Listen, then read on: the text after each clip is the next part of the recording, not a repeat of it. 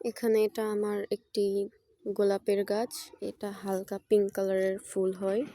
এটা একটা দেশি ভ্যারাইটি। এটা আমি প্রায় ৮ থেকে ৯ মাস আগে ছোট্ট একটি ডাল থেকে করেছিলাম। ডালের সাইজটা যদি দেখাই, ডালটা একদম এতটুকু, একদম ছোট্ট একটি ডাল।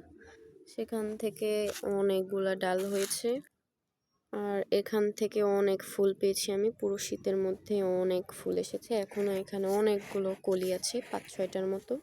ছোট্ট একটি গাছ অনুযায়ী অনেক বেশি ফুল পেয়েছি আমি। আর এখানে অনেকগুলো ডাল বের হয়েছে। এটা ডাল থেকে করা গাছ, যেহেতু এখানে কোনো এলা ডাল নেই।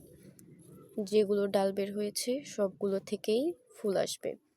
আর সব ডাল থেকে ফুল চলে এসেছে। প্রত্যেকটা ডালে একটি একটি করে কলি আছে। গাছটা আমার অনেক পছন্দের, এই জন্য আমি এটার একটা ভিডিও শেয়ার করলাম।